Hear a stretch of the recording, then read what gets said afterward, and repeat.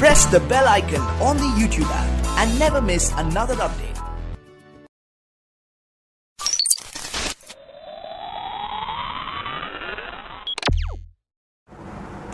हाय दोस्तों, मेरा नाम है संग्राम सिंह और आज मैं आप लोग से बात करने वाला हूं पीवीआर और आइनॉक्स के मर्जर के बारे में।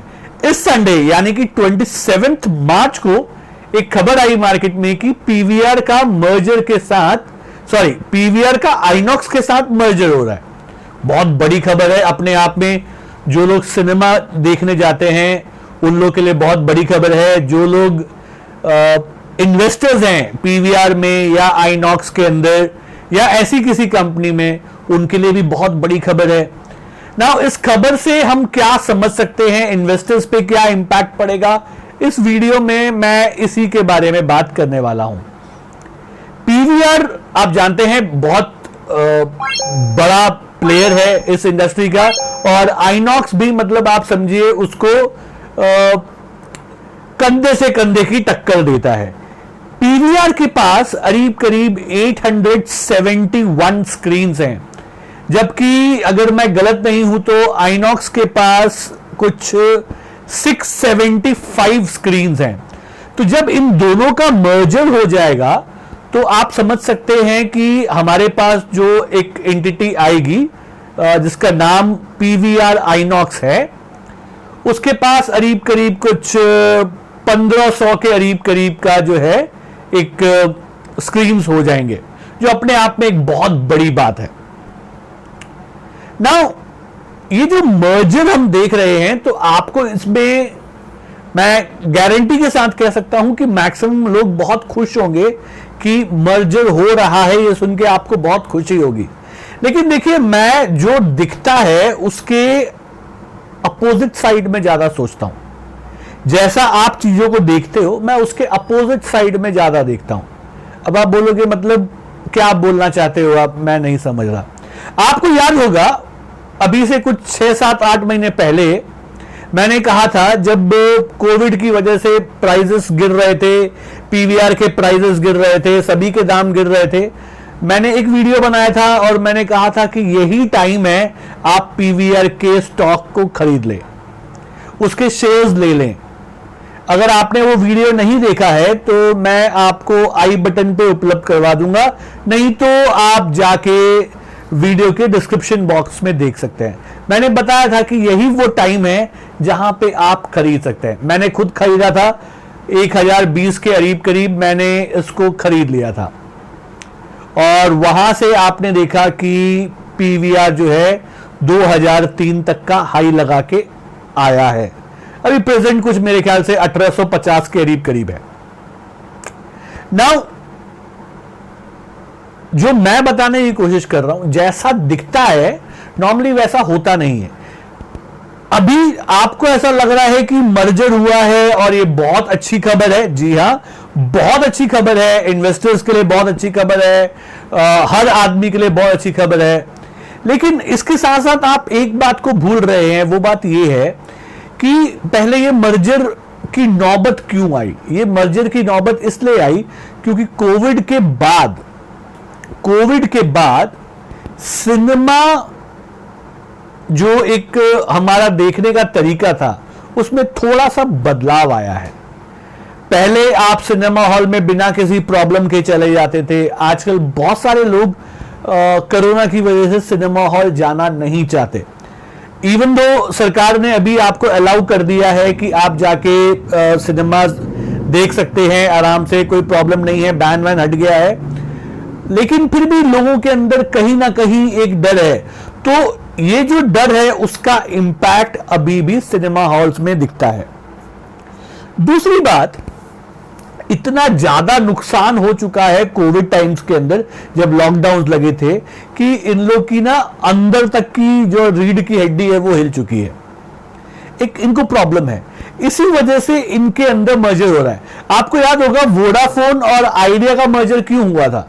वोडाफोन और आइडिया का मर्जर इसलिए हुआ था क्योंकि जियो के आने के बाद से इन लोग के बुरे समय शुरू हो गए थे, इनकी हालत खराब हो गई थी।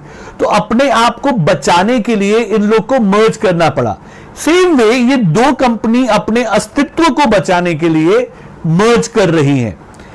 अच्छा, जब मर्जर होता है तो उसके बाद एक प्रॉब्लम क्या आती है, इवन दो स्टार्टिंग में आपको लगता है कि यहां सब कुछ ठीक है, लेकिन दो पार्टी, जब दो लोग होते हैं तो कहीं ना कहीं कुछ ना कुछ मनमुटाव, खटास हमेशा रहती है, और उसका इंपैक्ट मैंने देखा है कि प्राइस पे पड़ते हैं, उसका इंपैक्ट प्राइस पे पड़ता है। अच्छा, ये जो है मनमुटाव जो भी है, ये नॉर्मली आप देखिएगा 3-4 साल के अंदर खत्म हो जाता है।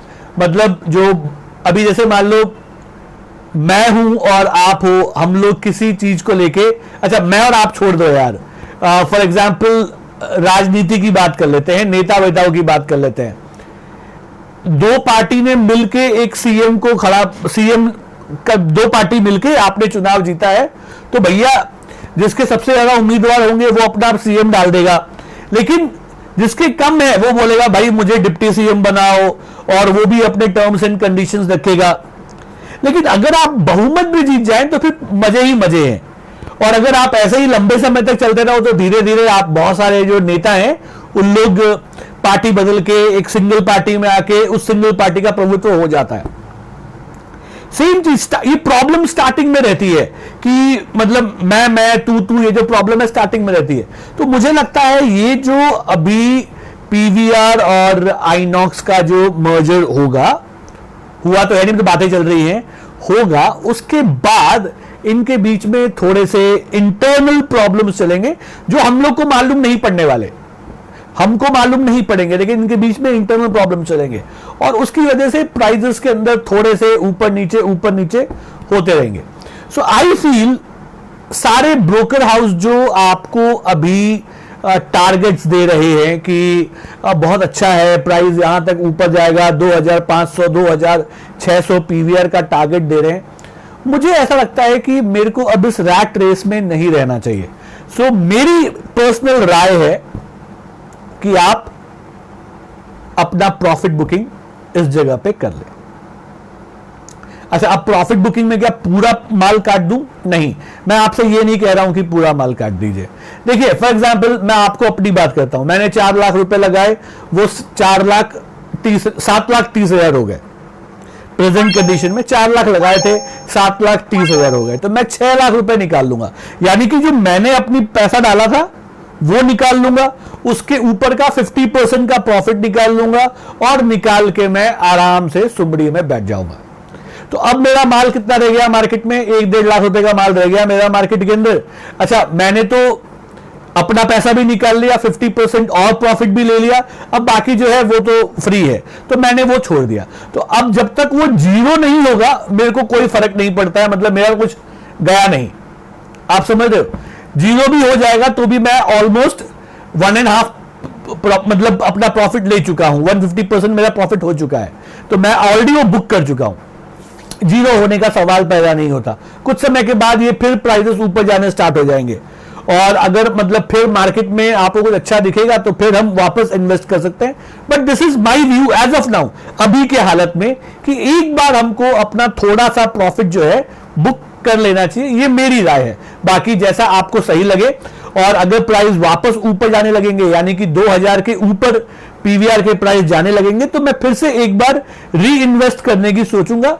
बट एज ऑफ नाउ मैं थोड़ा सा प्रॉफिट बुकिंग करना चाहूंगा। और मैं आपको एक चीज बताऊं, मैंने आज तक किसी भी आदमी को प्रॉफिट बुकिंग करने के बाद लॉस में जाते हुए नहीं देखा। आपने देखा है क्या? मुझे कमेंट बॉक्स में बताना, क्या कभी भी कोई आदमी प्रॉफिट बुकिंग करके लॉस में जा सकता है? कोई नहीं जा सकता, है ना। तो ये मेरी एक राय थी पीवीआर और आइनॉक्स के मर्जर के बारे में। कैसा लगा आपको ये वीडियो? मुझे जरूर लिख के बताइए। कुछ भी सवाल है तो भी आप मुझसे लिख के पूछ सकते हैं। फिर आप लोग से बहुत जल्दी मुलाकात होगी। तब तक के लिए सीखते रहिए, कमाते रहिए, खुश रहिए।